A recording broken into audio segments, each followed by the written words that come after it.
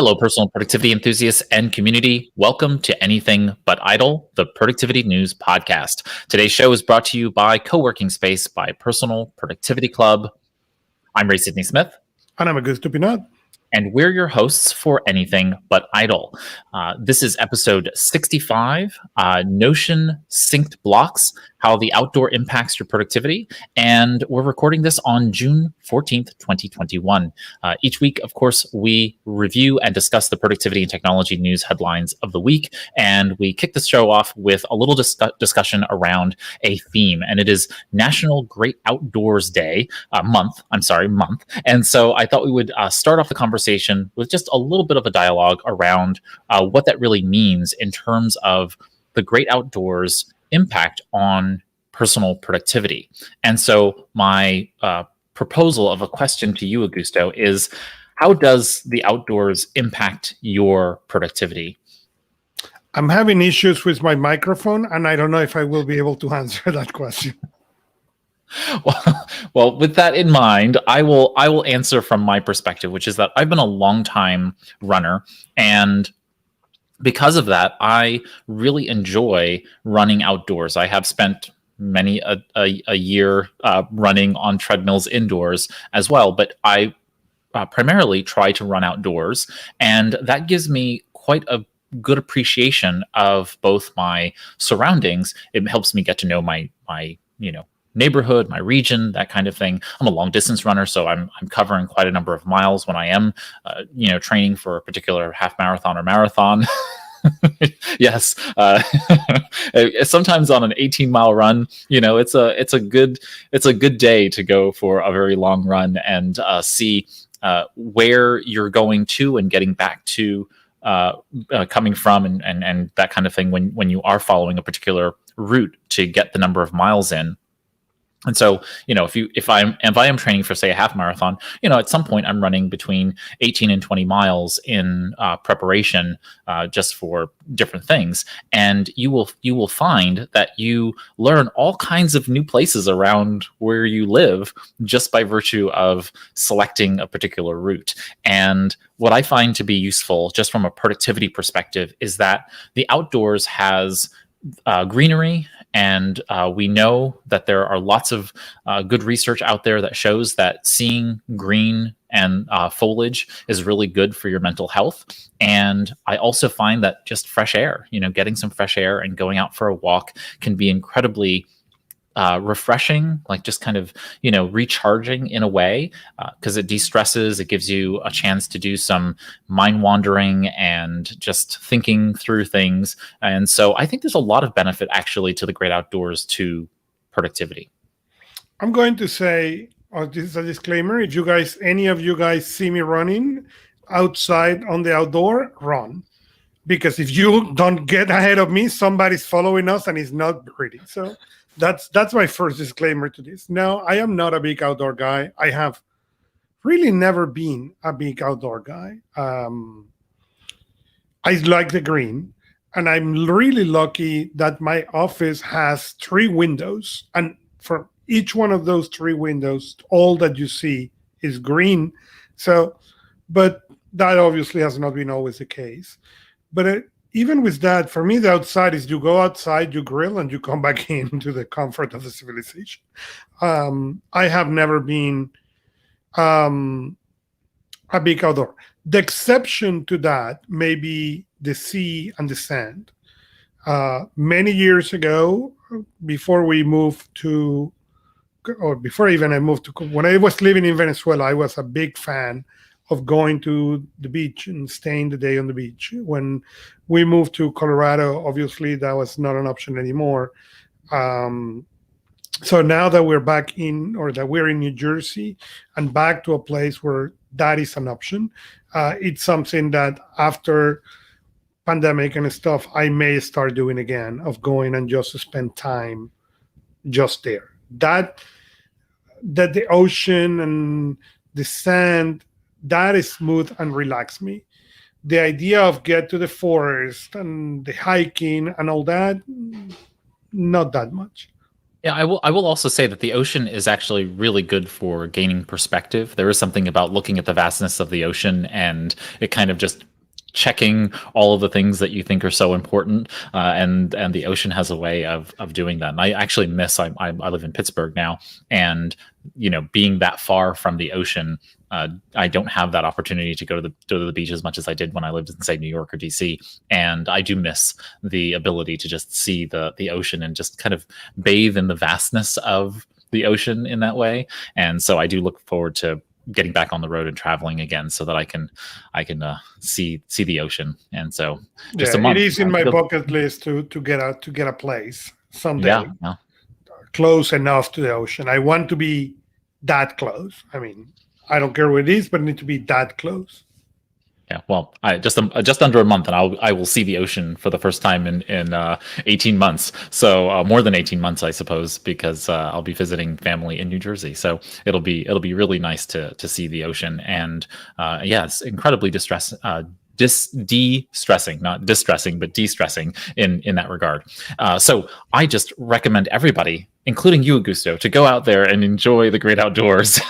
It's incredibly good for everybody. There is a Japanese concept around, I think we mentioned this some other week, of forest bathing. And this is the idea of just not hiking like with physical fitness in mind, but just going out there and being in amongst nature, and the idea of just taking in the fresh air and the experience of being in and amongst the greenery. And it's just incredibly positive for folks. So with that under our belt, let's discuss what we're going to talk about this week, which is we're going to go through our stories of the week. We'll have an ad break midpoint, and then we will do our new segment insertion. So we have Taking to Task with Francis Wade will be after we do headlines and stories of the week. We will then do new tools of the week, and then we'll do our featured story of the week, and then we'll close out with our announcements. So with that, Augusto, what is our first story this week?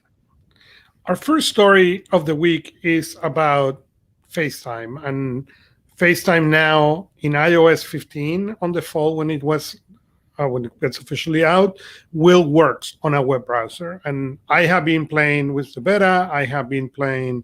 I think you and I did one on a PC. I have done it in Chromebooks. I have done it even in Macs and iPads on the web browser, and it works incredibly well. I think what is coming with that, it is fantastic. The fact that you will be able to do that and the talks and the emojis, the emojis as they call them, the links, the share the screen. That share screen is not working yet, but it's going to be really cool that you are going to be able to share the screen, watch the movie, and talk at the same time. And can you do it in other platforms? Yes, but one of the things that in most cases Apple do really well is that it make it almost foolproof. It's one thing that when sometimes I ask why, when you understand so much technology, you prefer Apple versus Windows or Linux or other platforms, is that because that machine now it's invisible for me. It does three things, but the three things it does really well, and I don't need to think it's going to work this time or not going to work this time. No, it's going to work every time. So I am ridiculously excited about FaceTime coming to the web and really being, that's going to be my main meeting choice of starting pretty soon. Good. All right, next up. Our next story is new for the Pixel, the Starry Night clips and Pride wallpapers and more. You can go now and look on the new wallpapers of the Pixel. Look at what is coming. More privacy is getting smarter and many other things. So Google is talking about what is coming, what they're doing with their Pixel, and how they're making it even better. Yeah, so they're doing some form of astrophotography where you can put your phone, a Pixel device, so Pixel 4 newer, so Pixel 4, 4a, 5, and the 5 what is that? The 5G version, whichever the next level up from that is. Was there a 5A? I don't think there was a 5. Was there? Yeah, there was a Pixel 4a 5G. There was the Pixel 4, and then there's the 5. So those versions of the Pixel phones, you can now do astrophotography, and in essence, take these little 5-minute snapshots of the night sky, and it will go ahead and computationally create that for you. So good on them for putting that out there.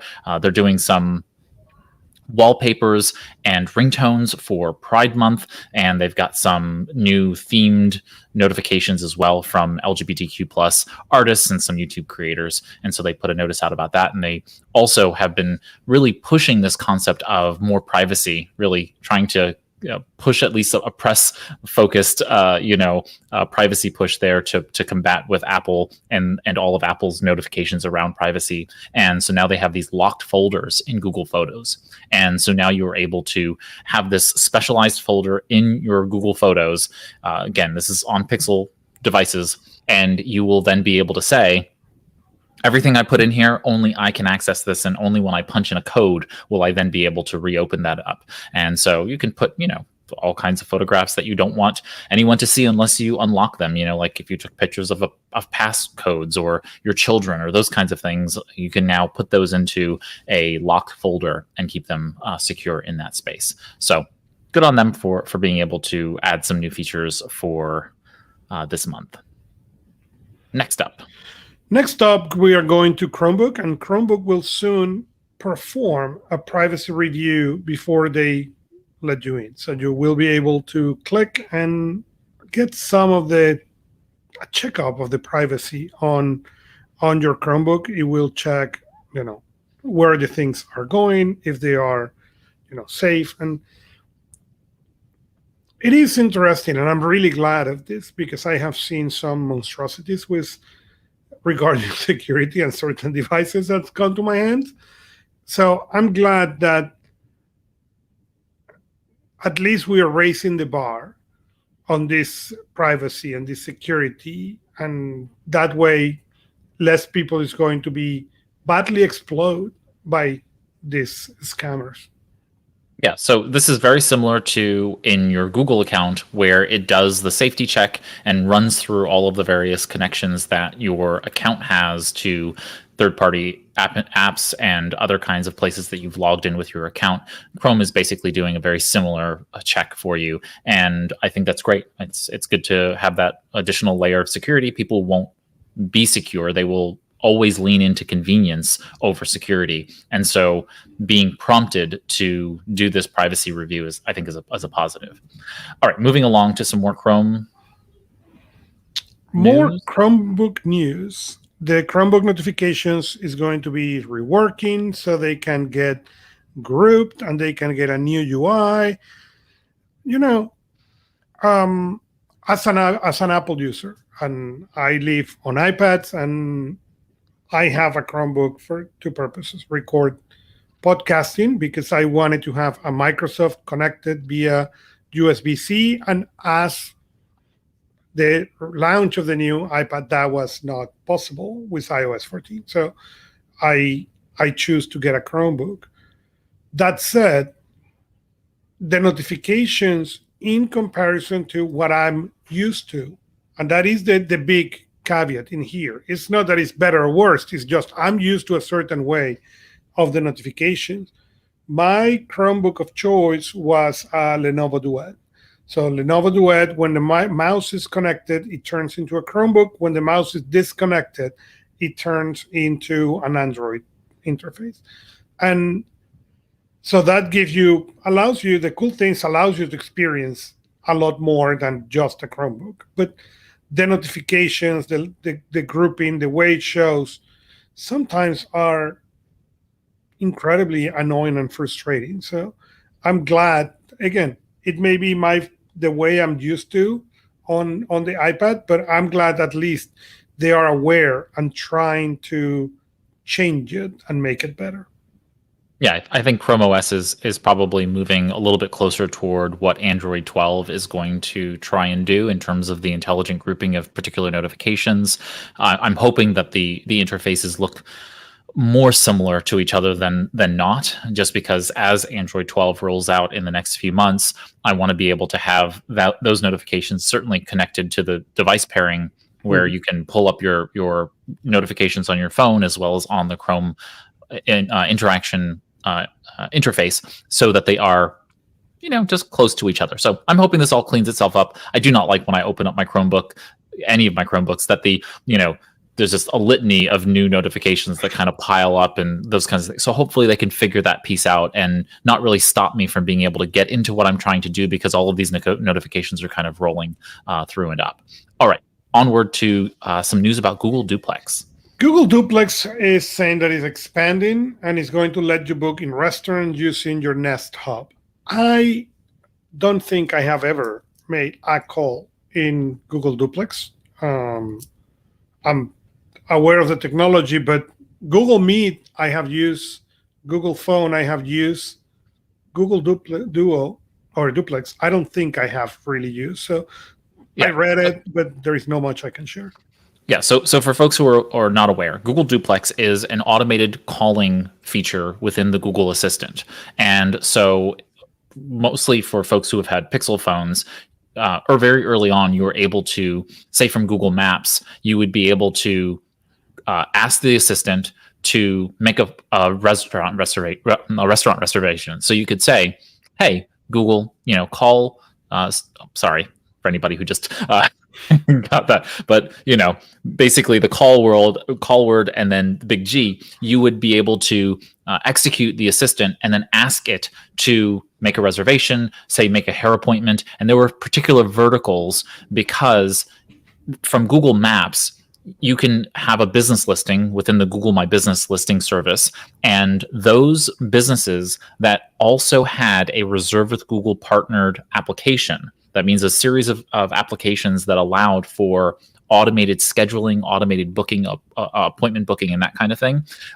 Those Reserve with Google partners were basically pulled into the Google Duplex world. So you could then voice to them, "Hey, can you do this?" But it also was a layer on top of that, which allowed you to go ahead and say that, "Hey, I want to go make this restaurant reservation." It would actually call, and this is a computer on the phone speaking to the individual, a human on the other side, and facilitating the conversation to make that reservation or that appointment booking. So that was Google Duplex altogether.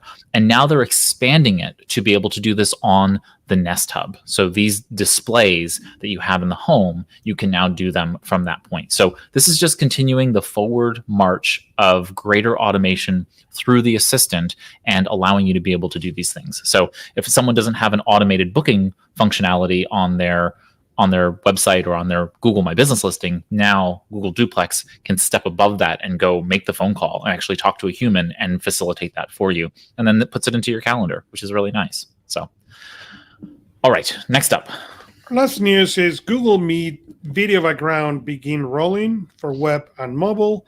They have the blurry for a little bit, but now you will be able to do statics and other things, and maybe getting more to pair to what Zoom has been able to do for a while. I have complained vocally about this because I do significant amount of calls in Meet, and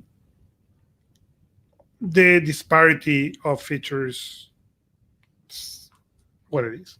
So I'm excited to see this coming. I've seen more and more the use of the blurry or the use of the background image. People is finally getting comfortable with this. For some time, felt that this was the geeky feature, and now it's coming to turn into a feature that a lot of people is using. So I hope now Meet introducing this, more people get to make this part of their day-to-day use. Yeah, well, with Google's announcement today that basically everybody is getting access to some version of Google Workspace, Google Meet needs to step up to the plate as more and more people get access to chat, Google Chat that is, and it's the new competitor to Slack, which is Google Spaces. The whole ecosystem of products are going to need to have not just parity, but be as good or better than all of the other video tools on the market. You think about Facebook Messenger and Facebook Messenger rooms. Right now, those actually have better experience for most consumers than Google Chat and Google Meet. Mhm. That's not a good thing. So I'm hoping that Google really steps up to the plate here and makes the experience as good or better for the consumer market. So good to see them doing that. All right, we've gotten through our first half of our news articles. We're going to come back after the break and continue the news. And so with that, word from our sponsor this week, Co-working Space by Personal Productivity Club. We'll see you after the break. While working in person may be normal for you, it's unlikely your coworkers are as interested in being productive as you are. Or working remotely or from home can be isolating. And there's something powerful about being with productive people, even virtually, that helps you be more engaged. If a flavor of these sounds familiar, Co-working Space by Personal Productivity Club is for you. Co-working Space is a virtual work community designed to help members be more effective and efficient in their work and personal lives. At its core, we provide goal tracking and host focused action sessions throughout the week for accountability and camaraderie. Visit anythingbutidle.com/coworking to learn more. Co-working Space lives inside Personal Productivity Club, a digital community for personal productivity enthusiasts, so you can find people who use methods and tools you do too. Again, head over to anythingbutidle.com/coworking to see how Co-working Space can help you be more productive. And now, back to our show. Welcome back, everybody, to Anything But Idle. I'm Ray Sidney-Smith here with Augusto Pinaud, and we are going to hop into our continued headlines for this week. Augusto, what's our next story this week? The article from Fast Company, Why Workers Are Calling BS on Leaders About Returning to the Office. And yeah, this is getting heated. Vaccinations and relaxed health guidelines are starting to make companies and managers saying, okay, how about we come back? And well, it's not coming as some organizations have planned. We know that Apple said we are going to do it, and we also know Google said we are going to do it and then changed their mind and said, okay, we're going to let people work home. And like that, there are many examples. The article talks about a CEO in DC who told that they're suggested in a magazine that employees could lose their benefits, and the people stopped writing. And then he went and apologized. And one of the issues, and we mentioned this, over a year ago, is though all those people who were told before, no, our business doesn't work remotely, and now they have been working successfully remote, are like, no, we need to find a better way. And there is people who relocate out of really expensive cities to other places, and they're good at the job, they love the job, but they don't want to come. And the last thing is, well, broken promises are always a problem in organizations, because broken promises are all about breaking trust. When you say, oh, no, we are not in a hurry, and now you're in a hurry, people look at that and, well, I think a change is coming. Your organization like to work remote or not. But I think more importantly, people is pushing to this change. And if organizations don't check their update and update what they have a potential risks to really lose some important assets in the organizations. Yeah, we've had 20-year highs in the number of people quitting jobs in the month of April, and so we're just going to keep seeing the jobs reports coming out, and more people are going to be quitting. And so I'm looking to see how many quit in May. When that report comes out in the next couple of weeks, and we're going to see more people basically having confidence in the job market, having felt like this whole concept of, culture, corporate culture being kind of protected by virtue of pushing people back into the office is, it's nonsensical. You create the corporate culture, and that can be determined and be equitable by virtue of having people work remotely. And a lot of people have already made decisions to move, to relocate to other places. So this is, I mean, this is one of the reasons why I've been bringing it up on the show time and time again, for people to be having these conversations, because it's unproductive to get to this point where we're getting into, at least in the United States, kind of post-pandemic, return to work environment, and not having had that conversation with employers and managers to figure it out. And so this is the time to if you haven't already, open up the dialogues and start figuring things out, because otherwise it's just going to cause more conflict, and it's unnecessary, because all of these things can be worked out with technology, or at least with figuring out whether you're going to be in a hybrid environment, which takes us on to our next story, which is actually an article written by Michael Slawinski, CEO of Noseby, about why Noseby has no office and how they work. And, Michael, he has been, joking about the non-office, and he said, at some point I consider opening one, and 3 of my key employees say, if you make me go to the office, I quit.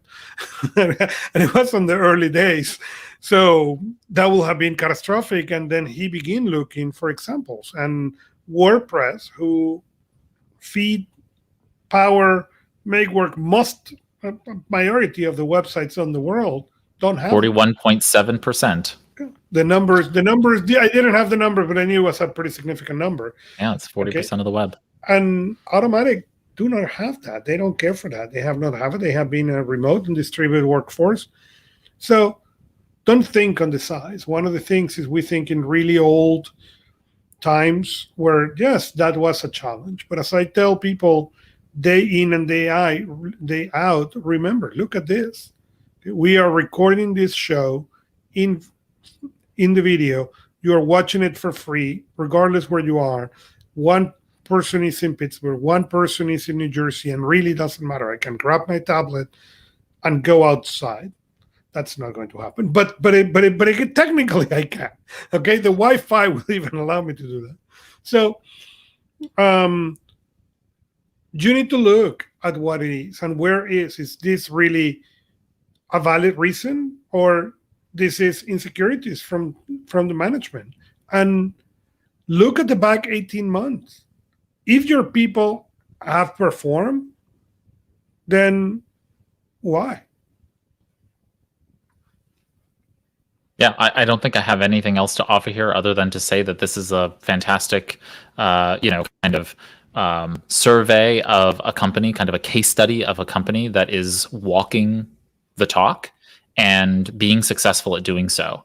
And they built the company's culture around being a distributed workforce, and they really have outlined how to make this work well in their circumstance. And any company that is in a similar situation can then take these things to heart and do them as well. So good on them, and we'll continue on in our stories. What's next?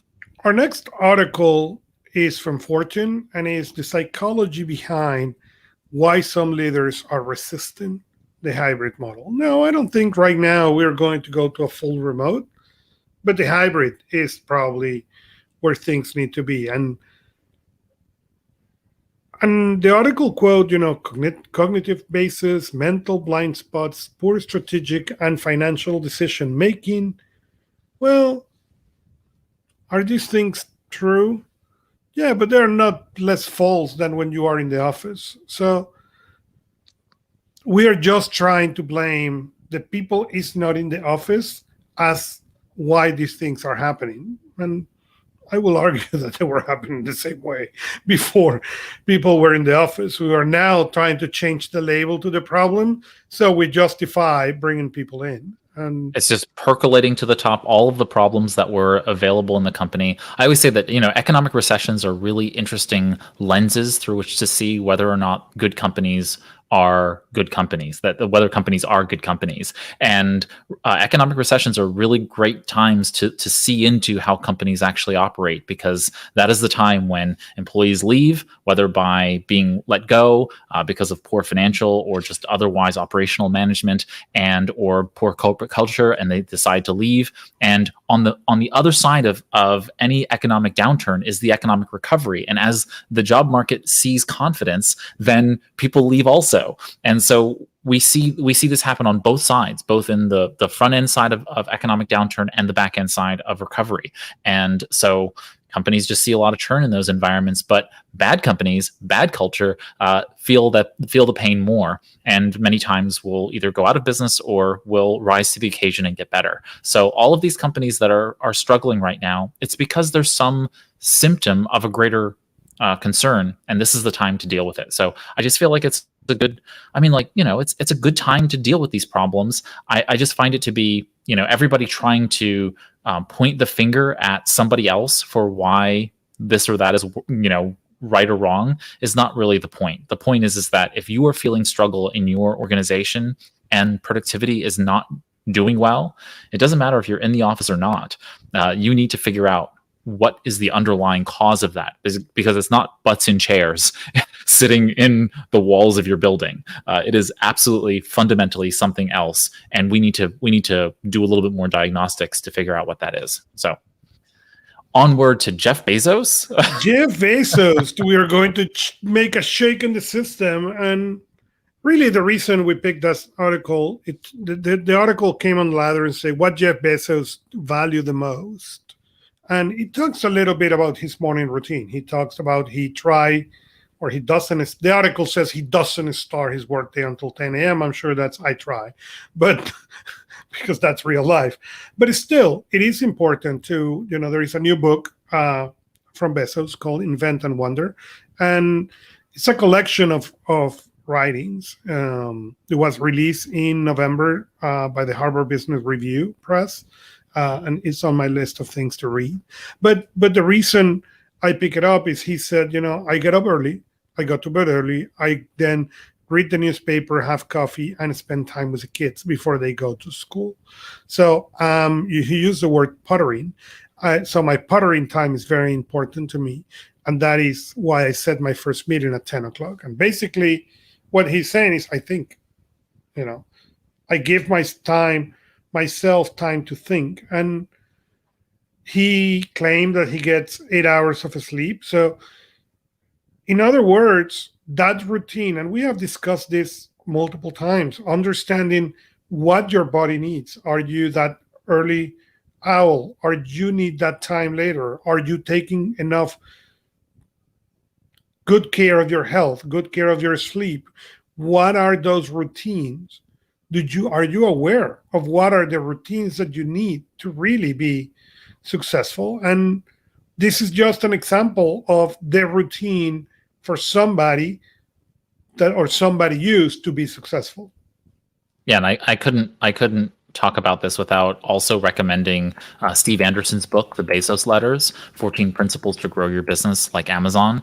And Steve Anderson basically took together all of Bezos's annual letters to shareholders and provided commentary and built out these 14 principles based on those letters. And it looks like Walter Isaacson and Bezos kind of has done a similar thing here with these particular writings of Bezos. So highly recommend both books. I'm looking forward to reading this book, but I highly recommend Anderson's book, Steve Anderson's book, and definitely check it out in terms of seeing how Bezos thinks, because that can't be a bad thing. Even if you don't follow his thinking, it's good to know how one of the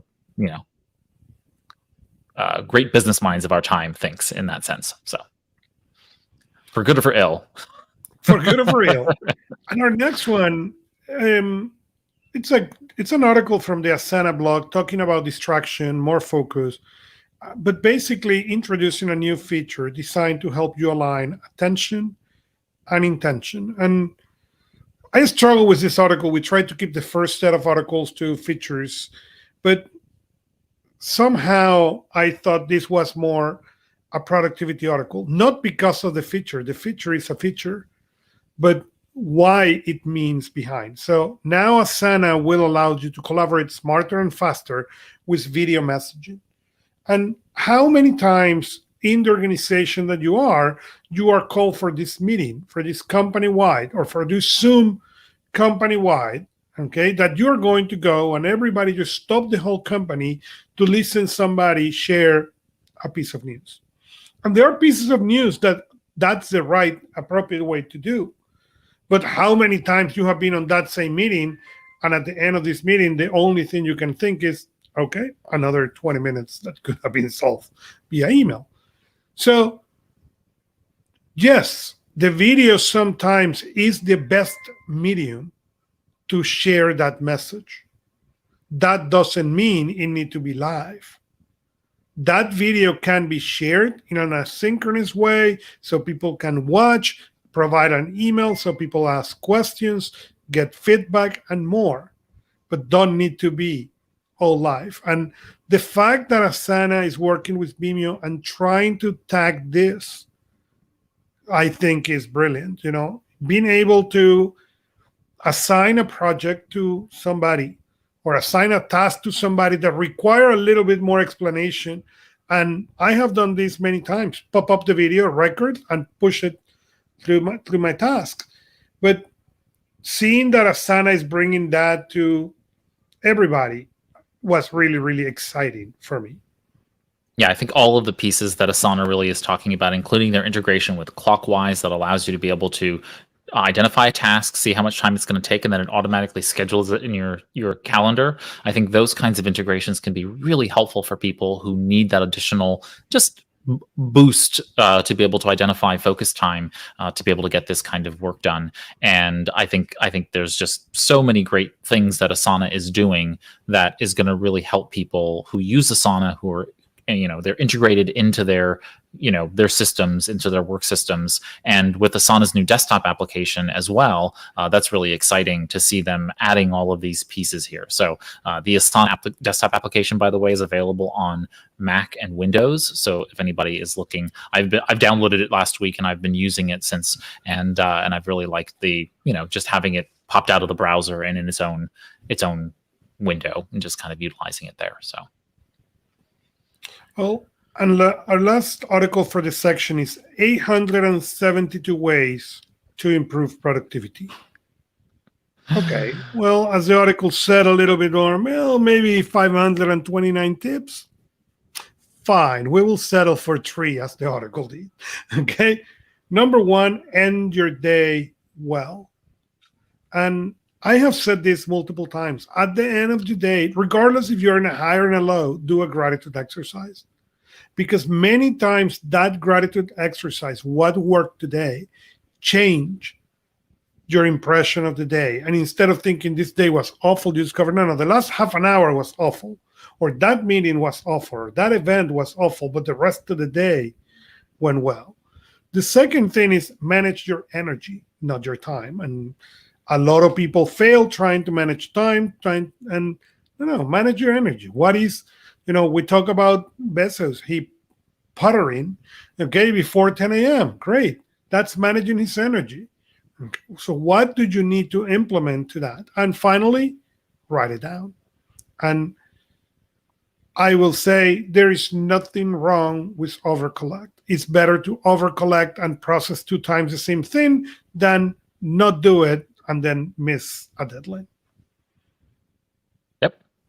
And I think there are parts to argue about regarding whether or not you should be managing time effectively or not. I think time management is an effective mechanism for productivity, but most people, what they don't do is that they don't manage their energy along with their time, along with their projects, along with their tasks. And it's actually comprehensive management across many different paradigms in your life that are not on autopilot for you. I think those are the things that you need to manage. And so I'm not into one or the other. It's yes and you need to manage the things that you need to manage, and then the things you don't need to manage, you don't need to manage. There are people out there who are like Energizer bunnies, and they're always working and they're always having productivity. And so then it ends up being just an allocation of priority, getting their things in the right time frames. So, I felt like the article was kind of funny because they started off with this, 872 ways to be productive, kind of clickbait,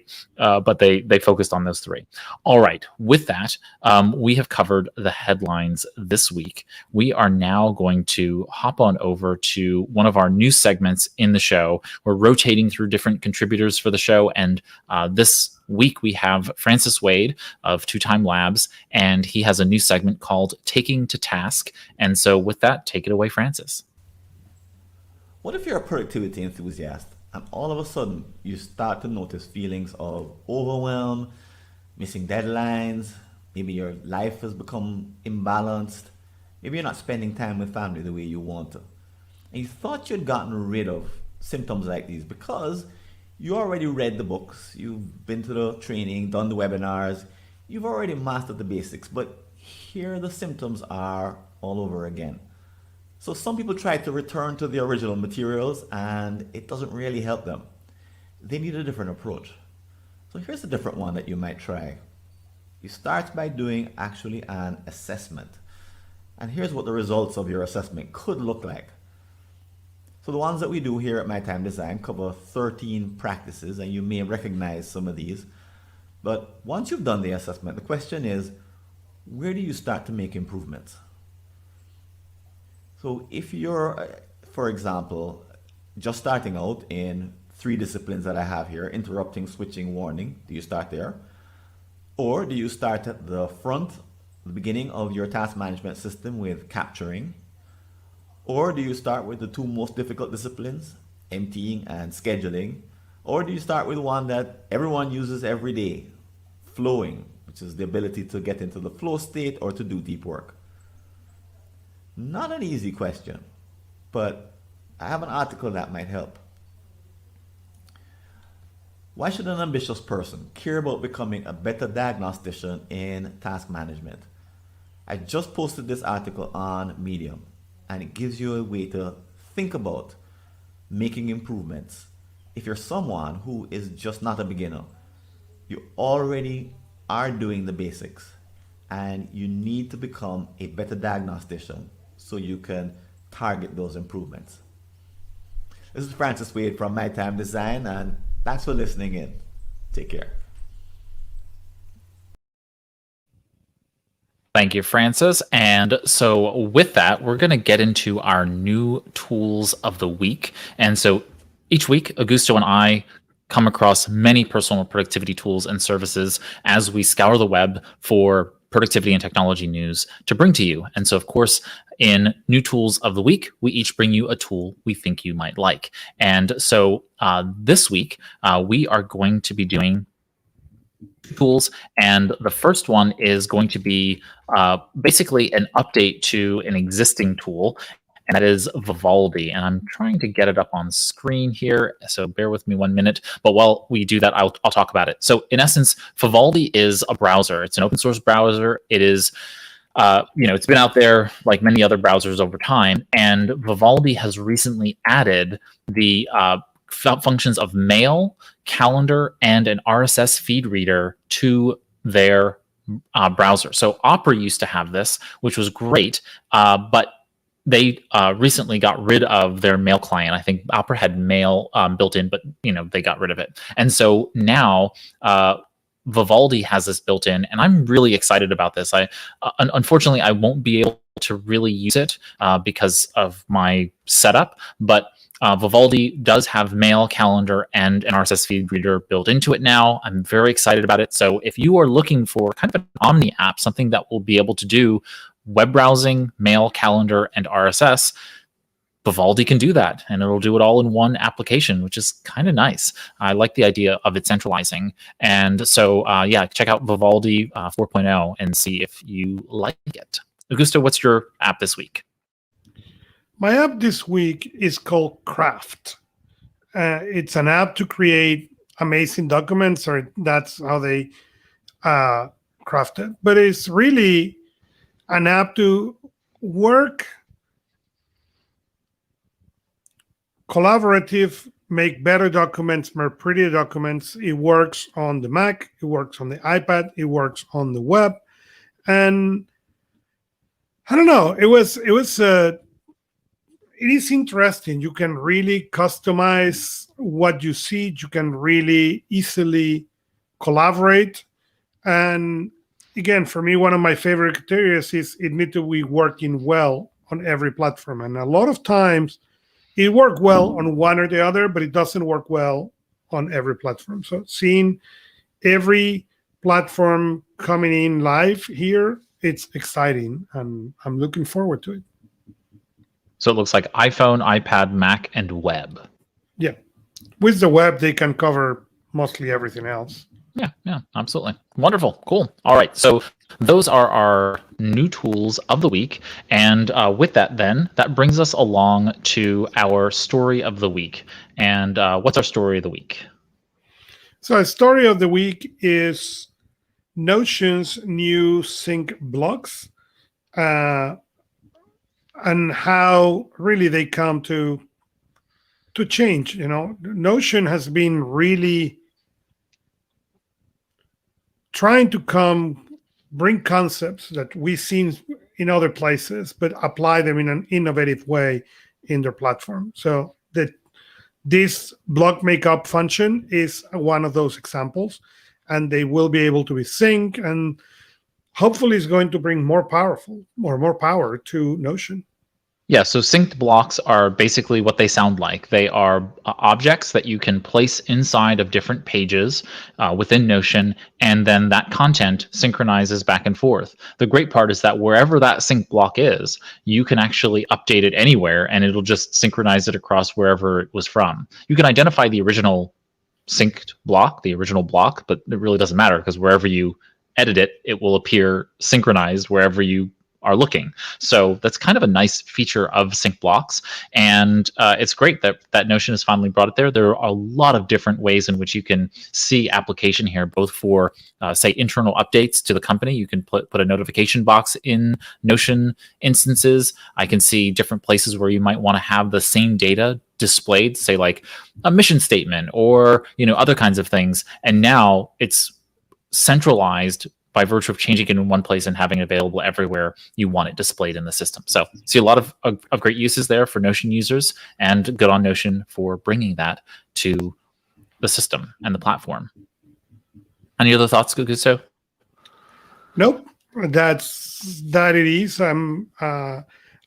This is the segment I wanted to invite Art, and we didn't. So it's not that he didn't came.